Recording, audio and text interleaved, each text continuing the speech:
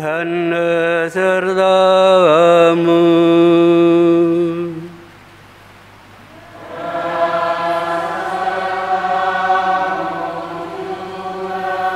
Inilah Injil Yesus Kristus menurut Santo Matius.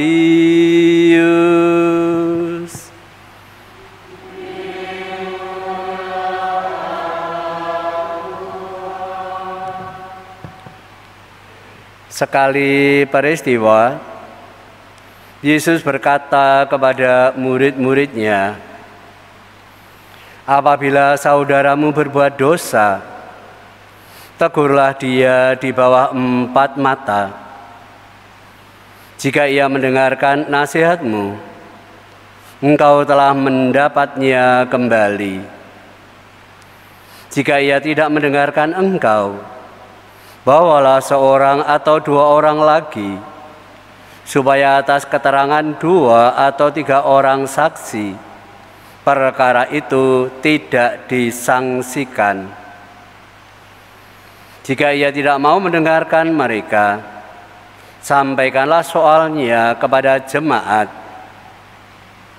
Jika ia tidak mau juga mendengarkan jemaat, pandanglah dia sebagai seorang yang tidak mengenal Allah, atau seorang pemungut cukai. Sesungguhnya aku berkata kepadamu, apa yang kamu ikat di dunia ini akan terikat di surga, dan apa yang kamu lepaskan di dunia ini akan terlepas di surga. Lagi pula, aku berkata kepadamu, jika 2 orang dari antara kamu di dunia ini sepakat meminta apapun juga, permintaan mereka itu akan dikabulkan oleh Bapa-Ku yang di surga. Sebab di mana 2 atau 3 orang berkumpul dalam namaku, aku ada di tengah-tengah mereka." Berbahagialah orang yang mendengarkan sabda Tuhan dan takut melaksanakannya.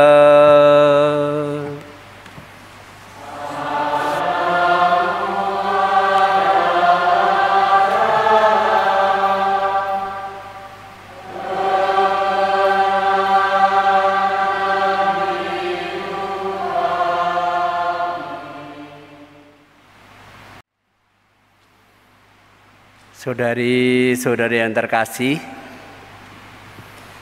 kalau kita merenung-renung nada dasar dalam kehidupan kita masing-masing,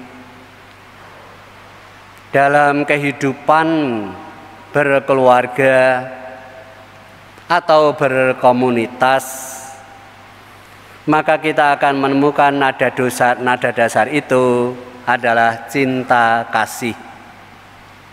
Karena masing-masing orang sebenarnya mengalami apa yang disebut cinta kasih itu.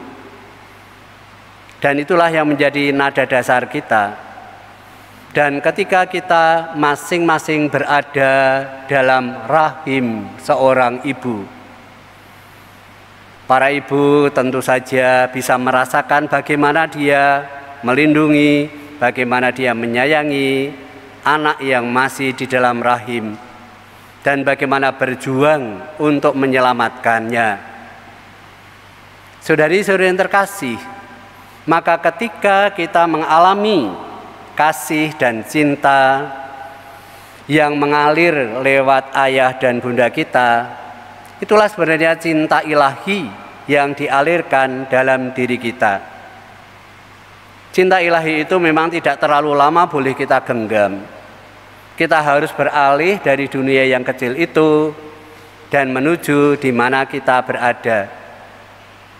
Dan dunia di mana kita berada saat ini, inilah tempat bahwa kita mengukir sejarah kehidupan kita.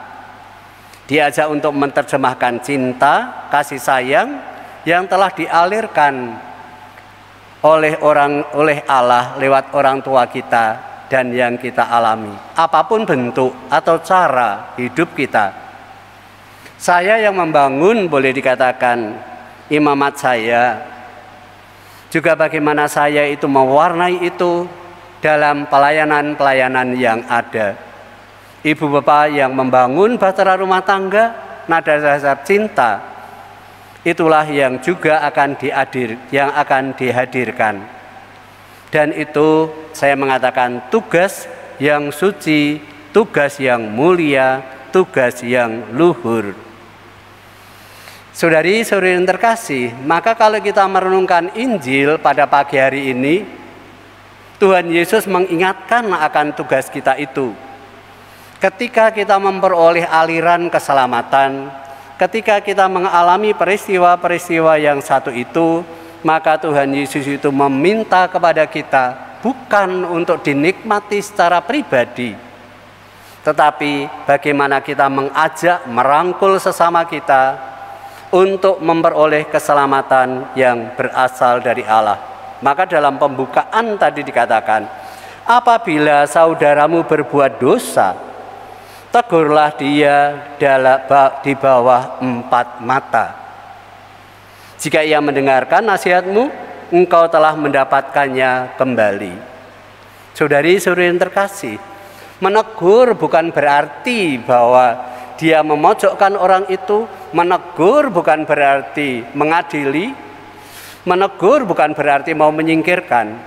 Tetapi menegur itu sebenarnya kembali tugas yang diberikan oleh Tuhan Yesus kepada para muridnya itu adalah untuk memperoleh keselamatan. Karena orang yang berdosa hidup jauh dari Allah. Orang yang berdosa menolak kehadiran Allah. Hidup yang berdosa adalah melawan Allah. Seperti malaikat Lucifer, pada awal mulanya melawan Allah, dan pada akhirnya ia hidup jauh dari Allah, dan dia tidak sanggup untuk bersama-sama dengan Allah, dan tinggalnya juga rupa-rupanya di tempat yang tidak mengenakkan.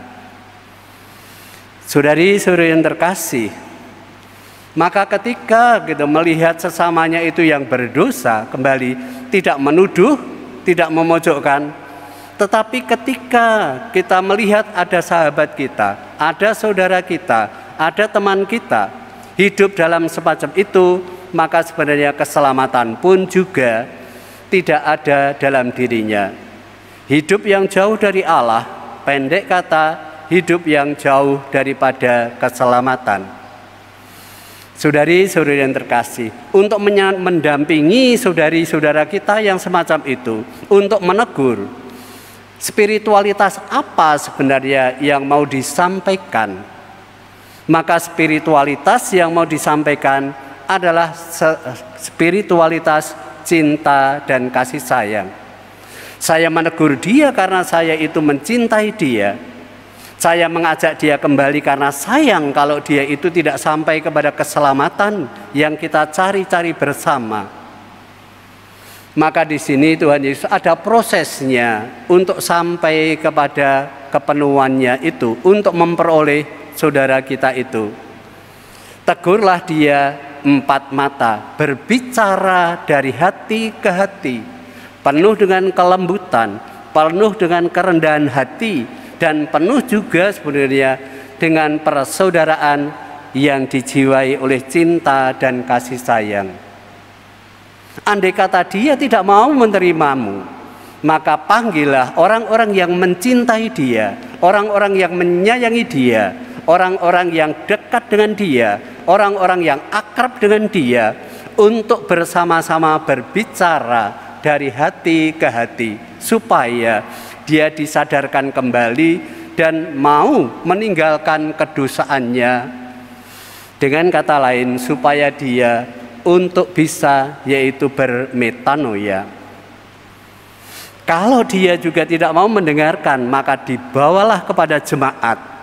Jemaat itu sebenarnya menyayangi semua anggotanya, mencintai semua anggotanya, dan berharap agar semua anggotanya itu sampai kepada keselamatan. Seperti boleh dikatakan bacaan sebelumnya tentang domba yang hilang, bahwa di sana sang gembala itu sanggup meninggalkan yang 99 itu untuk mencari yang satu dan yang hilang. Dan Bapa menegaskan, boleh dikatakan, tidak boleh dikatakan menghendaki seorang pun dari anak-anak ini hilang. Saudari-saudari yang terkasih, jemaat atau eklesia atau mungkin juga dalam gereja lokal, bahwa berharap agar setiap orang yang bersatu, yaitu memperoleh keselamatan yang ilahi. Saudari-saudari yang terkasih, itulah kewajiban yang suci, kewajiban yang luhur yang diberikan oleh Tuhan Yesus kepada kita. Yang kedua, sebenarnya kita juga bisa menerima, atau orang yang kita ajak itu boleh menolak kita. Boleh juga dia itu tidak mau, boleh juga dia menepis. Mungkin gitu ya, di dalam persoalan-persoalan ini kita merasa gagal. Karena dia, bagaimana cara kita memandang orang-orang yang semacam itu? Cara kita yang memandang adalah, anggaplah dia tidak mengenal Allah.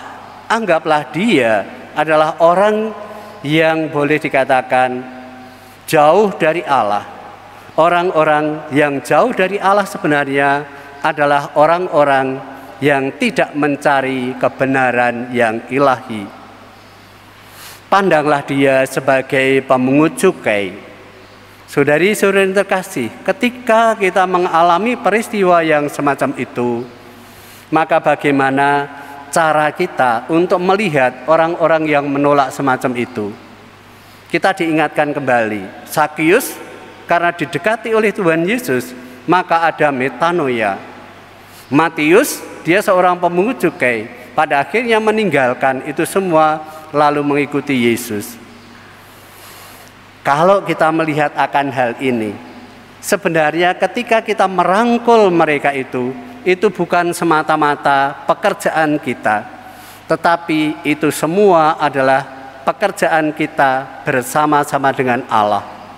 Allah yang ada dalam diri kita, yang telah dicurahkan dalam diri kita dalam pembaptisan, maka di sanalah karya Allah itu juga muncul. Tuhan Yesus mengatakan, "Aku berkata kepadamu, sesungguhnya apa yang kamu ikat di dunia ini akan terikat di surga, dan apa yang kamu lepaskan di dunia ini akan terlepas di surga." Maka ketika kita mengalami tidak sanggup untuk membawa kembali, yaitu orang itu pada kebenaran yang ilahi, kita hanya bisa mengembalikan itu kepada Allah. Karena segala sesuatu yang kita lakukan bukan kita lakukan secara pribadi, tetapi kita lakukan bersama dengan Allah. Saudari-saudari yang terkasih, maka ketika kita mendekati sesama kita yang berbuat dosa itu, jangan lupa bahwa doa merupakan kekuatan yang sungguh ampuh bagi kita. Dan doa itu pula lah yang akan membawa orang itu sebenarnya harapannya pada metanoia, pada pertobatan.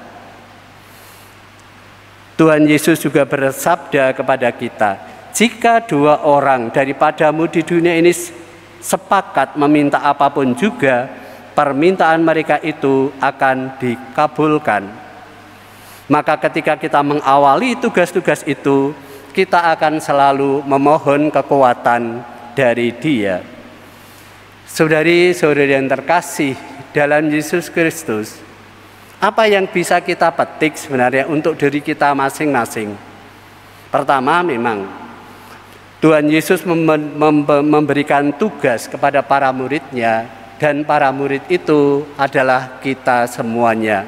Yang menjadi persoalan adalah, apakah aku juga sanggup untuk mendekati orang-orang yang aku cintai itu, manakala mereka berdosa, manakala dia jauh dari Allah, kita sanggup menyapa dia dan mengajak dia untuk berbicara dari hati ke hati. Yang kedua, jangan lupa segala sesuatu apa yang kita lakukan, apa yang kita kerjakan, bukan semata-mata pekerjaan kita, tetapi kita lakukan bersama dengan Allah yang telah dicurahkan dalam diri kita. Dan yang ketiga, jangan lupa, maka doa-doa akan menjadi kekuatan bagi kita.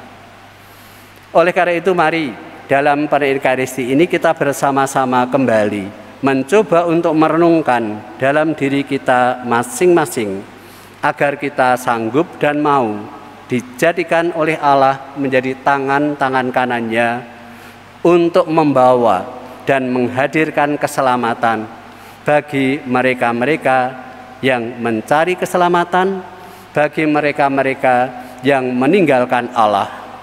Harapan selanjutnya, kita tetap berjalan bersama dengan mereka di dalam Allah dan menuju Allah. Tuhan memberkati.